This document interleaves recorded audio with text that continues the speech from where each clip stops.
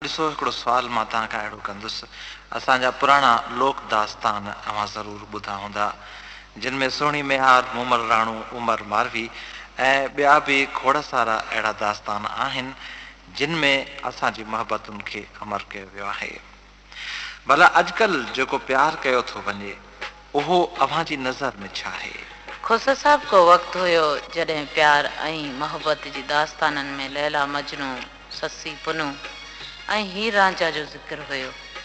पर अॼुकल्ह जो प्यार रुगो दोखो आहे, दोखो। वाकई कॾहिं कॾहिं दिलि इहो सोचण ते मजबूर थियो वञे त मां जंहिं लाइ मरियो थी वञा, छा उन जे बि दिलि में साॻी मोहबत आहे या न। पर खोसा साहब, मुंहिंजे ख़्याल में अॼुकल्ह जे वक़्त में ईअं ई कजे। ईअं छा कजे भला?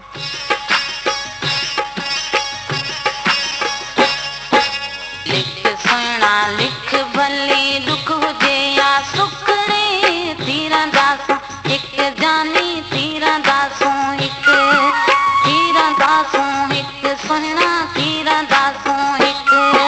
लिख सुहिणा लिख, भली दुख हुजे या सुख रे, तीरंदासूं हिकु जानी, तीरंदासूं हिकु, तीरंदासूं हिकु सुहिणा, तीरंदासूं हिकु।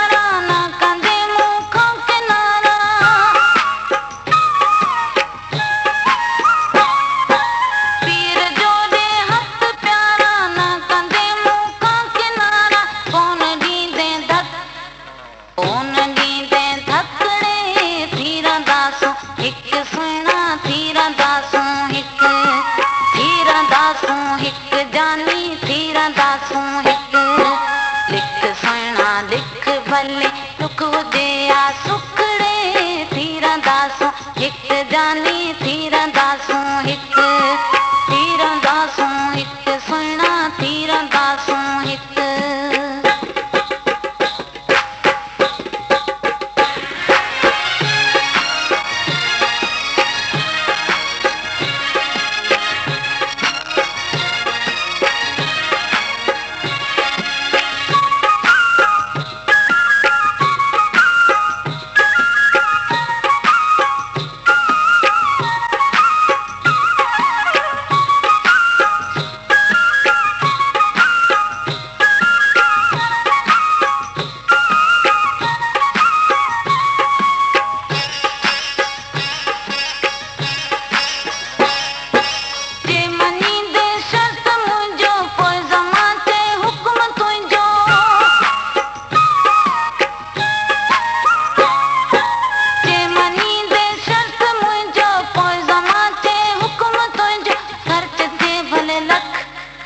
खर्च थे भले लखड़े थी रहंदासूं हिकु जानी थी रहंदासूं हिकु थी रहंदासूं हिकु सुहिणा थी रहंदासूं हिकु लिख सुहिणा लिख भले दुख हुजे या सुखड़े